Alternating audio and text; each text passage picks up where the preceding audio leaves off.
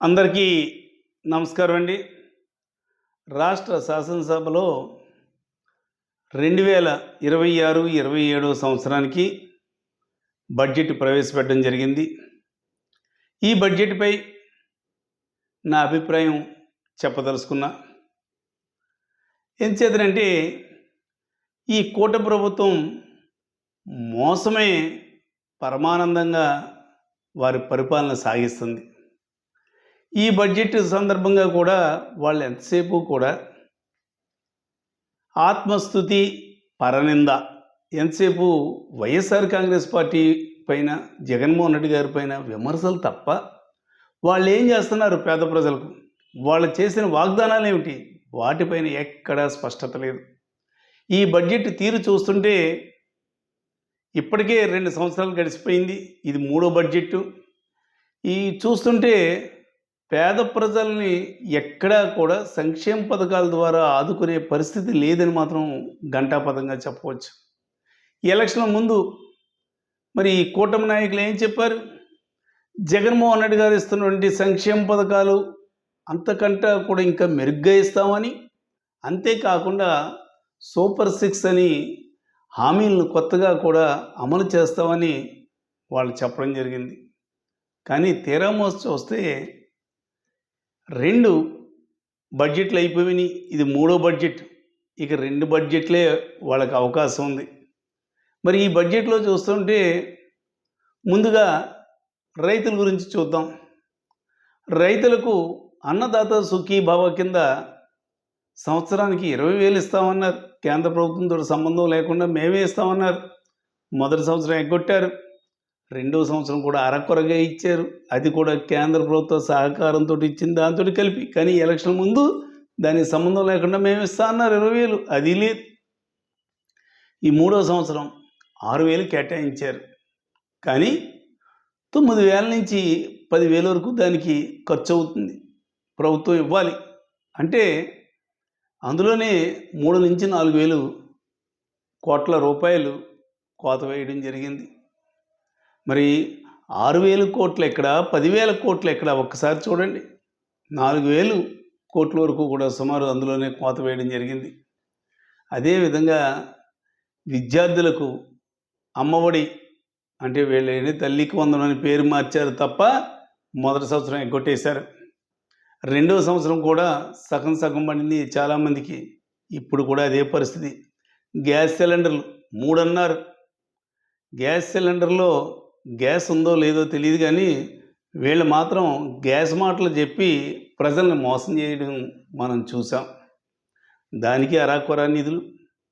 అంతేకాకుండా స్త్రీ శక్తి పథకం కింద ప్రతి మహిళకు 18 సంవత్సరాలు దాటిన వారికి అందరికీ కూడా సంవత్సరానికి నెలకి 1,500 ఇస్తా అన్నారు.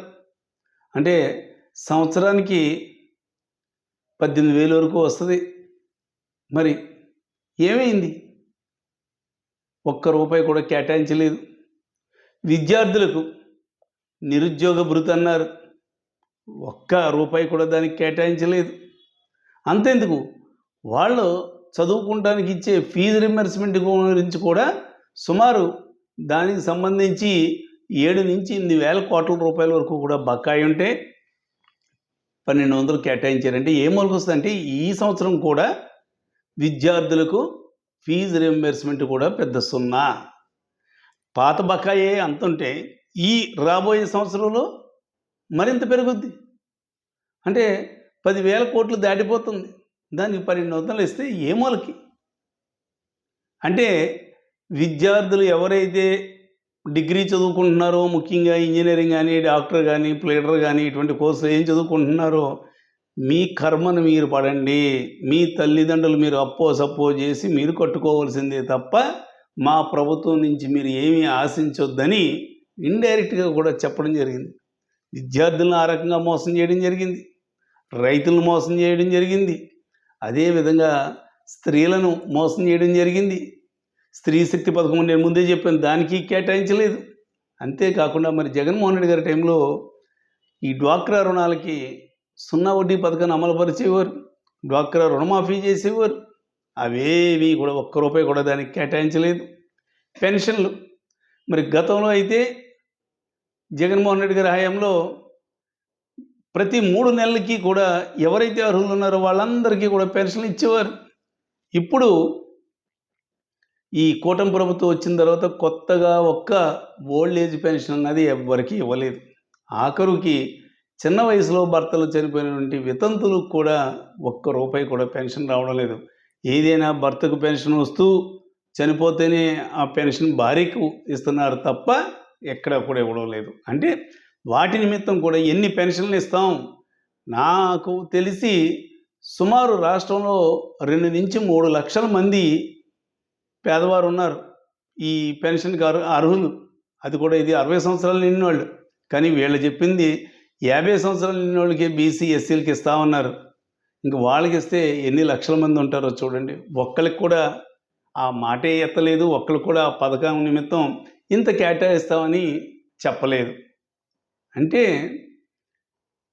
పేద ప్రజల్ని, విద్యార్థుల్ని, మహిళల్ని, రైతుల్ని ఏ రకంగా ఈ బడ్జెట్ మోసం చేసిందా అన్నది మనం చూసాం.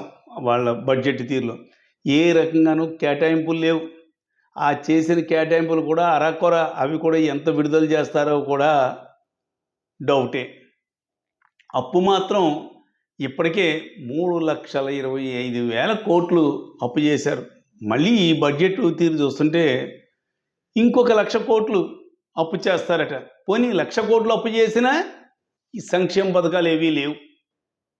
జగన్మోహన్ రెడ్డి గారి హయాంలో ఈ సంక్షేమ పథకాలన్నీ కూడా అమలుపరిచేవారు. ఆయన అప్పు చేస్తే తీసుకొచ్చి ప్రజలకు పెట్టేవారు. మరి చంద్రబాబు నాయుడు చేసిన అప్పు ఎక్కడికి పోతుంది? 3,25,000 కోట్లు 2 సంవత్సరాల్లోనే చేశారంటే ఆ డబ్బు ఎక్కడికి పోయింది? ఒక్కసారి ప్రజలందరూ కూడా ఆలోచించండి. ఆ డబ్బు ఎక్కడికి పోతుంది? అమరావతిలో తన అనుయాయులకు సంబంధించిన కాంట్రాక్టర్లకు దోచిపెట్టడానికే ఆ డబ్బంతా పోతుంది. మరి ఆయన చేసినటువంటి పని ఏంటి అన్నది ఒక్కసారి ఆలోచించండి. జగన్మోహన్ రెడ్డి గారు అప్పు చేస్తే శ్రీలంక అయిపోతుంది రాష్ట్రం అని చెప్పారు. ఇప్పుడు శ్రీలంక కాదు కదా, సూడాన్ అయిపోతుంది. ఆల్రెడీ ఆయన 5 సంవత్సరాల్లో చేసిన అప్పే వీళ్ళు 2 సంవత్సరాల్లో చేశారు. ఆయన అప్పు చేసిన పేద ప్రజలకి ఇచ్చారు తప్ప వేరే వాళ్ళకి ఎవరికి కదా. ఈయన చేసిన అప్పు మరి పేద ప్రజలకు ఒక్క సంక్షేమ పథకం రావడం లేదు కదా. ఆ డబ్బు ఎక్కడ పోతుందా అన్నది కూడా ప్రజలందరూ కూడా గుర్తు చేసుకోవాల్సిందిగా కూడా ఆలోచించి ఒక్కసారి ఏ ప్రభుత్వం ఎలా చేసింది, ముఖ్యంగా పేదలకు అర్హులకు అన్నది సంక్షేమ పథకాల విషయమై కూడా ఆలోచించి ఒక్కసారి మీ నిర్ణయం తీసుకోవాల్సిందిగా ప్రజలందరికీ కూడా విజ్ఞప్తి చేస్తూ, అదేవిధంగా శాసనసభ్యుడు, స్థానిక శాసనసభ్యుడు నల్లమిల్లి రామకృష్ణారెడ్డి కూడా ఒకటే చెప్తున్నా, ఊరికే మైకు పుచ్చుకుని సొల్లు కబుర్లు చెప్పుకో. అసెంబ్లీలో ఉన్నావు కదా, వెంటనే అసెంబ్లీలో నువ్వు మాట్లాడు. ఏమిటి ఎలక్షన్ల ముందు మమ్మల్ని అందరినీ కూడా ఇంటింటికి తిప్పించారు, మహిళల్ని ఒక్కొక్క గ్రూపు కింద ఇంటింటికి మరి పంపించి మీకు అవి చేస్తాం ఇవి చేస్తామని అరచేతిలో వైకుంఠం చూపించామే సంక్షేమ పథకాలని, కానీ ఒక్కటి కూడా మనం అమలుపరచలేకపోతున్నాం. ఏంటి మళ్ళీ ప్రజల మధ్యకి ఎలా వెళ్ళగలం? ప్రజలకి మనం చేసిన వాగ్దానాలు అమలుపరచకపోతే ప్రజలు నిలదీస్తారని ఒక్కసారి నువ్వు అసెంబ్లీలో మాట్లాడవయ్యా. నిన్ను ఎన్నుకున్నది ప్రజల తరఫున పోరాడడానికి, ప్రజల సమస్యలను అసెంబ్లీలో లేవనెత్తడానికి నువ్వు అసెంబ్లీలోకి వెళ్ళింది. ఇది అతి ప్రధానమైన సమస్యలు ఇవి. వీటి గురించి నువ్వు మాట్లాడితే పైనుంచి మొట్టికాయలు వస్తాయని, లేదు నువ్వు చేసే అవినీతి దందాలకి మళ్ళీ అధిష్టానం మళ్ళీ బ్రేక్ వేస్తుందని, నీ స్వలాభం కొంత మాని పేద ప్రజల గురించి ఈ బడ్జెట్ సమావేశంలో అన్నా కానీ ఈ అమౌంట్లు మనం ఇవ్వకపోతే, ఈ సంక్షేమ పథకాలు అమలుపరచకపోతే ప్రజల్ని మనం పూర్తిగా మోసం చేసినట్టే అని అసెంబ్లీలో నువ్వు దమ్ముంటే అసెంబ్లీలో మాట్లాడు, నిలదీ ప్రభుత్వాన్ని. నీకు భయం అయితే ఇంకేమీ లేదు, దండం పెట్టేసి వచ్చి ప్రజలే నిర్ణయిస్తారు నీ ఘనకార్యం, నీ ఘన చరిత్ర కూడాను. ఒకసారి ప్రజలందరూ కూడా ఆలోచించవలసిందిగా ప్రజలందరికీ కూడా విజ్ఞప్తి చేస్తున్నారండి. నమస్కారం అండి.